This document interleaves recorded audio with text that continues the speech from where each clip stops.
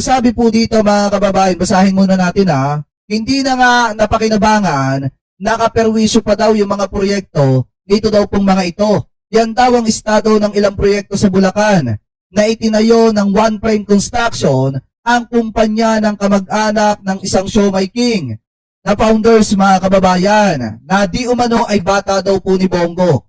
Pero kung mapapansin po ninyo mga kababayan, mahal na mahal po ni Duterte at ni Hanelit Abansenya, ito pong si So. Mga kababayan, itong si Jonathan So. Mamaya ipapakita ko sa inyo kung bakit. Sabi pa dito, una na silang napuna ng Anti-Money Laundering Council dahil sa lobo ng yaman mula daw po ng mga kontrata sa mga proyekto daw po ng gobyerno. Narito ang exclusive report ng bilyonaryo. Pakinggan po natin. Hindi na nga napakinabangan, nakaperwisyo pa. Yan daw ang estado ng ilang proyekto sa Bulacan na itinayo ng One Frame Construction, ang kumpanya ng kamag-anak ng isa sa top. Hindi na nga napakinabangan. Wait lang. Ito, tuloy na natin. Nakaperwisyo pa. Yan daw ang estado ng ilang proyekto sa Bulacan na itinayo ng One Frame Construction, ang kumpanya ng kamag-anak ng isa sa Siomai King founders. Una na silang napuna ng Anti-Money Laundering Council dahil sa paglobo ng yaman mula ng mangontrata sa gobyerno. Narito ang exclusive agenda report ni Ivy Reyes. Mayroon ng immediate freeze order ang Anti-Money Laundering Council.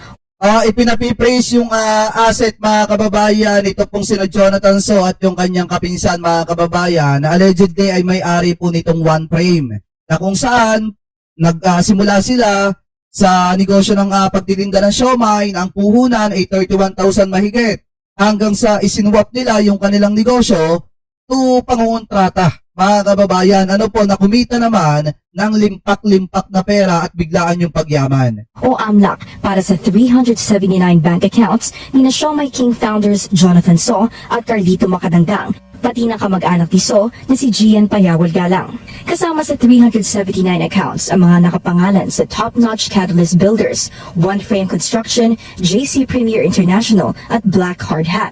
Ang business partners na si So at Macadangdang ang nagtayo ng JC Premier International at Black Hard Hat na kalaunay na ilipat kay Gian Galang na siya namang nagtayo ng One Frame Construction. Sa dokumentong nakuha ng Billionario.com, 3 sa 15 projects ng One Frame sa Bulacan ay ghost flood control structures na sa investigasyon ng AMLAC ay credited sa bank account ng One Frame. Ayon sa AMLAC, tila may pattern silang naobserbahan.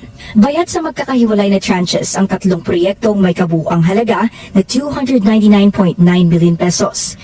Tandaan niyo yung pangalan ni Jonathan So, mga kababayan tandaan niyo yung pangalan ni Jonathan So. Pagkatapos ma-release ng pera, agad itong ikino-convert to manager's checks sa kanilang bank account. Either on the same or the next banking day, dinedeposit daw ang pera sa isa pang account sa iba namang bangko. Pinuntahan ng aming team ang unang proyekto sa listahan at kwento ng mga residente, hindi na natutuyo ang tubig sa tagiliran ng mga bahayan nila. Ang tubig, maitim na at may mga basu-basurang lumulutang. Si Tatay Jerry de Guzman, 68 years old, dito na namuti ang buhok sa puro sais, kaya nasaksihan niya raw kung paano unti-unting pinasok ng tubig ang kanilang lugar nitong mga nakaraang taon. May nakita po ba kayong ginawang flood control project noong 2024, 2025? Wala pa. Ang pagkakaalam ko niyan, inukay lang to. Inukay lang tong ilog nito, ng bakaw, yun lang. Kumbaga, nilinis lang mga kababayan, pinalalim lang, tapos yun na yun. Hanggang bewang pag may bagyo, hanggang hindi naman on a normal day. Ganito raw ang sitwasyon sa parting ito ng Bulacan buong taon. Ang kalsadang ito sa likod namin ni Tatay Jerry, lubog pag malakas ang ulan, kaya bangka ang ginagamit ng mga residente para makatawid. Ang tubigan namang ito sa tabi ng kalsada, dati palang palayan, pero ngayon hindi na masakahan. Ito ngayon lang natutuyo pag ganito mga patagaraw, mga January to May. Pag May na, puro tubig na naman ho yan. Dating mangingisda si Tatay Jerry, pero dahil wala nang masyadong mapangisdaan sa lugar, nagpasya siyang maging construction worker. Maraming kabuhayan daw ang nawala simula ng pasukin ng tubig na Bukawi River ang pilapil na ito. Hindi pa raw kasi tapos ang dike na magkokonekta umano sa Bukawi at Balagtas, kaya patuloy ang pagpasok ng tubig sa purok na ito. Para sa agenda, Ivy Reyes, Billionaire News Channel. Kita nyo kung gaano katindi. Sa 15 na proyekto dyan po sa Bulacan, ito pong construction firm itong sina Jonathan So, mga kababayan, 3 daw po yung Ghost Project. Diba? Tapos ito daw pong si Jonathan So ay hinihinala na allegedly malapit dito po kay Senator Bongo. Pero hindi lang pala kay Senator Bongo malapit ito. Kung hindi maging kay dating Pangulong Rodrigo Duterte at kay Miss Hanelit Abansenya. Bakit po natin nasabi? Kasi biruin nyo, nung mga panahon mga kababayan, eto yan. Diba? Binabati pala ng happy birthday ni Hanelit Abansenya mga kababayan at saka ni dating Pangulong Rodrigo Duterte. Ito pong si Jonathan So. Ito. Hi, Jonathan, happy birthday. Nag-greet ko na.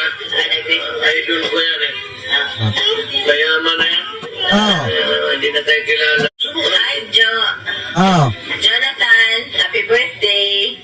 Ano yung sabi ni dating Pangulong Rodrigo Duterte? Ay, nabati ko na yan. Mayaman na yan eh. Idol ko yan. Mayaman na yan eh. Kaya hindi na nakakakilala. Tapos ito pa, baka sabihin ng iba, marami naman Jonathan eh. Marami namang Jo. So ngayon ito, basahin muna natin itong post mga kababayan sa trends ni Josu Guetan. Guetan. Yan yung post niya. Sabi niya dito, Show My King at JC Premier CEO Jonathan So na nakaharap ngayon sa AMLA case at flood control scandal, matalik din palang kaibigan ni dating President Rodrigo Duterte at ni partner ni PRRD na si Hanelit Abansenya. Batay sa impormasyon kada birthday ni Jonathan, so tuwing June 1, nagbi-video message si PRRD at ito daw pong si Hanelit Abansenya dito daw po kay Jonathan So. So ngayon ito pa yung isang yan Ibigan ko at Hanelit. At walang iba si Jonathan So. Jonathan So. Binabati namin siyang happy birthday. At sana mabuhay ka pa hanggang 500 years old para yumaman ka ng yumaman. Happy birthday, friend. All the best. Happy birthday, mabuhay. Ayan Diba mga kababayan? Galit na galit sila kay First Lady noon, kay Ethel nung binate. Etong si Sir Mel Robles, mga kababayan. Pero ngayon, ano yung sabi ni Duterte?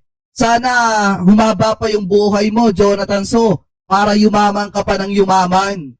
Yan Diba mga kababayan?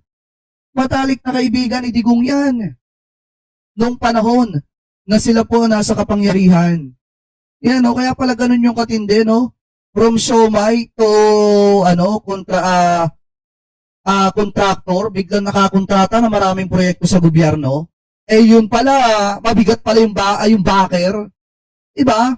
Mabigat pala mga kababayan yung backer. Pag mabigat yung backer, siyempre madaling makapasok kahit pagaling ka sa pagtitinda ng toyo, gumawa ka ng sarili mong construction firm, kahit hindi ka pa kumpleto o wala pang license yung mo, o may pagpalagay natin, o kahit maliit pa yung construction firm mo, madali ka makakakuha ng proyekto sa gobyerno basta dumikit ka lang kay dating Pangulong Rodrigo Duterte at sa mga alipores niya. Kaya pala ganun na lamang katindi yung pagyaman ni Jonathan So. Diba? Kasi malapit pala kay dating Pangulong Rodrigo Duterte at kay Miss Hanelit Abansenya. At kada June 1, gumagawa daw ng video greetings sa itong si Digong para batiin lang, ito pong si Jonathan So. So, ganun po pala katindi mga kababayan. Grabe Talagang kasi kung makikita nyo, nung panahon ni dating Pangulong Rodrigo Duterte, talagang tumibati ba sa proyekto? Ito pong sina Jonathan So ito. at yumaman na matindi. Ngayon, sa panahon ni PBBM, o di nabubulgar sila, nabubuking sila mga kababayan. So sa madalit salita, etong siomay king na ito mga kababayan, hindi po yumaman dahil sa siomay. Ito po ay yumaman dahil sa pagiging flood control king. Yan po yung katotohanan po dyan. So anyway, kayo mga kababayan, ano po ang masasabi ninyo? Hingil po dito sa topic po na yan. Comment below na lamang po kung ano po ang comment at opinion po ninyo. Hingil po sa usapin po na yan mga kababayan.